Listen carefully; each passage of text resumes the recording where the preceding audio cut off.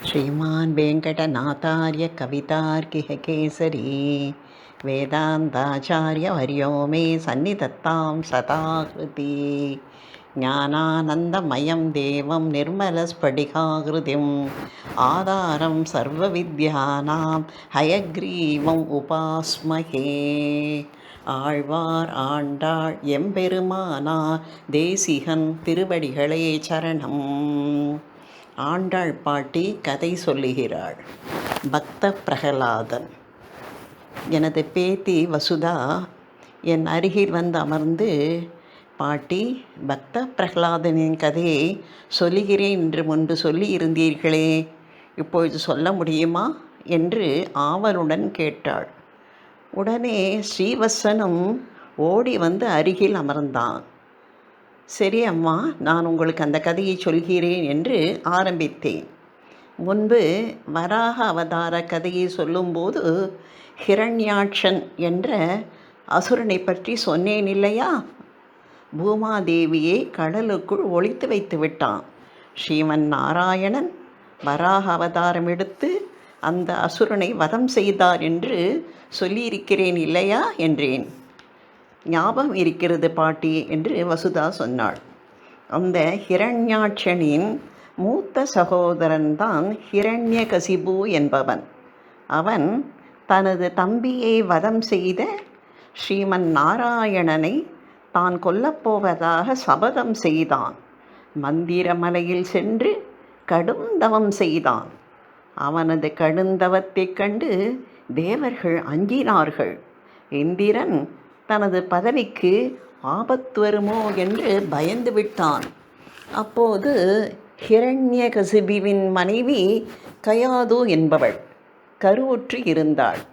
இந்திரன் கோபம் கொண்டு அவளை துன்புறுத்த நாரதர் தோன்றி, கயாதுவை துன்பப்படுத்த வேண்டாம், அவள் வயிற்றில் வளரும் குழந்தை பெரிய நாராயண பக்தனாக விளங்கப் போகிறது என்றார். கயாதுவிற்கும் திருமந்திரத்தை நாரதர் உபதேசம் செய்தார். வயிற்றில் வளர்ந்து வரும் குழந்தையும் அதனை கேட்டு கேட்டு நல்லபடியாக வளர்ந்தது. ஹிரண்யகசிபுவின் கடுமையான தவத்துக்கு இறங்கி சதுர்முக பிரம்மா அவன் முன் தோன்றினார். அவனும் பலவிதமாக யோசித்து, மனிதனோ மிருகமோ ஆயுதத்துடனோ இல்லாமலோ பகலோ இரவோ உள்ளேயோ வெளியேயோ உயிர் இருப்பதாலோ இல்லாததாலோ என்று எதனாலும் தனக்கு மரணம் நேரக்கூடாது என்று வேண்டினான். பிரம்மாவும் அப்படியே ஆகட்டும் என்று சொல்லி மறைந்தார்.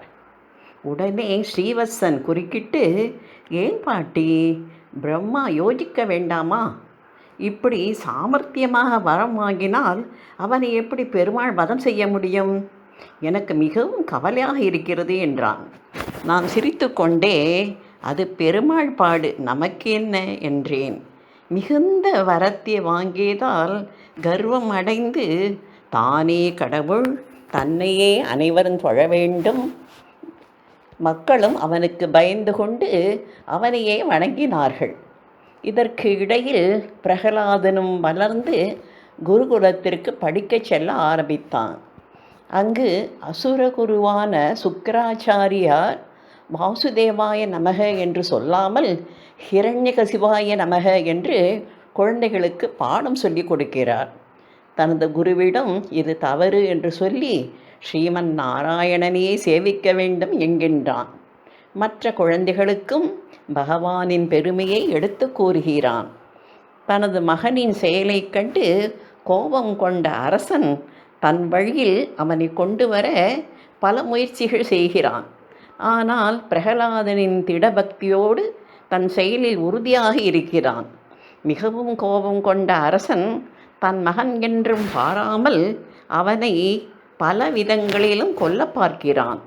மலையில் இருந்து உருட்டிவிட்டு பாம்பை விட்டு கடிக்கச் செய்வது, விஷத்தை கொடுப்பது என்று பலவிதமாக. ஆனால் எல்லா ஆபத்துக்களில் இருந்தும் அவனை பெருமாள் காப்பாற்றுகிறார். உடனே ஸ்ரீவத்சன், ஐ ஹேட் இரண்யகசிபு என்கின்றான். சரி சரி, கதையை கேடு என்றேன். அந்த அசுரன் மிகவும் கோபம் கொண்டு, நாராயணன் நாராயணன் என்கின்றாயே, எங்கேடா இருக்கிறான் அந்த நாராயணன் என்கின்றான்.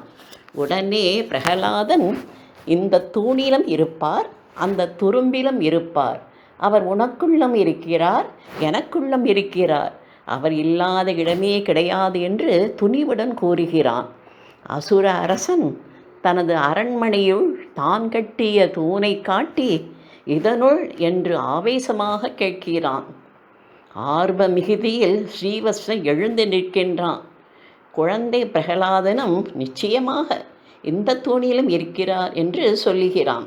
உடனே அசுர அரசன் தனது கையில் இருந்த கதையால் அந்த தூணை பிளக்க, அதில் இருந்து மனிதனாகவும் இல்லாமல் சிங்கமாகவும் இல்லாமல் சிங்க முகத்துடனும் மனித உடலுடனும் நரசிம்மர் வெளிப்பட்டார். எங்கும் உளன் என்ற மகனை காய்ந்து இங்கு இல்லையா என்று இரணியன் தூண் புடைப்ப, அங்கு அப்போதே அவன் வீய தோன்றிய என் சிங்கப்பிரான் பெருமை ஆராயும் சீர்மைத்தே என்று ஆழ்வாரும் இதனை குறிப்பிடுகிறார். அவனது வரத்திற்கு ஏற்ப பகல் இரவு இல்லாமல், சந்தியா காலத்தில் உள் வெளி என்று இல்லாமல் வாசல் படியில் அமர்ந்து தனது மடியில் வைத்து கொண்டு உயிர் உள்ளது இல்லாதது என்று சொல்ல முடியாத தனது நகத்தால் அவனது மார்பை பிளந்தார். மிகவும் கோபத்துடன் இருந்த நரசிம்மர் அந்த குருதி பெருக்கில் தன்னுடைய பிம்பத்தையே கண்டு வேறு ஒரு சிங்கம் என்று நினைத்து பாய்ந்தாராம். இந்த விஷயத்தை ஸ்ரீ கூரத்தாழ்வான் தன் சுந்தரபாகு சபத்தில் சொல்லும்போது, நகக்கிரகச்சக பிரதிகிருதித தைத்திய வட்சஸ்தலீ சமுத்தருதிரச்சடா சுரித பிம்பிரம் சொம்பபுகு விலோக்கிய ருஷித புன பிரதி மிருகேந்திர சங்காவசா சயேஷரி சகதிஷ்யதே சுந்தரக என்று குறிப்பிடுகிறார். ரம்பத்தை ஒத்த தன் நகங்களினால் அசுரனின் உடலை கீண்டிய போது அவனது மார்பில் இருந்து பெருக்கெடுத்து ஓடிய இரத்தம், அதில் தமது நிழல் தோன்ற நமக்கும் ஓர் எதிரியாய் வேறு ஓர் சிங்கம் என்று ஐயம் கொண்டு அதீத கோபம் கொண்டாராம். இதையே பெரியாழ்வாரும் தனது பாசுரத்தில் கோள் அரியின் உருவம் கொண்டு அவனன் உடலம் குருதி குழம்பியழ கூறுகிறாள் குடைவாய் என்றார். திருமங்கை ஆழ்வாரும் தனது பெரிய திருமொழியில் பள்ளியில் ஓதி வந்த தன் சிறுவன் வாயில் ஓர் 1000 நாமம் ஒள்ளியவாகி போத ஆங்கு அதனுக்கு ஒன்றுமோர் பொறுப்பிலனாகி பிள்ளையை சீறி வெகுண்டு தூண் புடைப்ப பிறையை சணல் விழிப்பெழ்வா என்று குறிப்பிடுகிறார். மிகவும் உக்கிரமாக இருந்த நரசிம்ம பெருமாளை சாந்தப்படுத்த மகாலட்சுமியாலும் இயலவில்லை.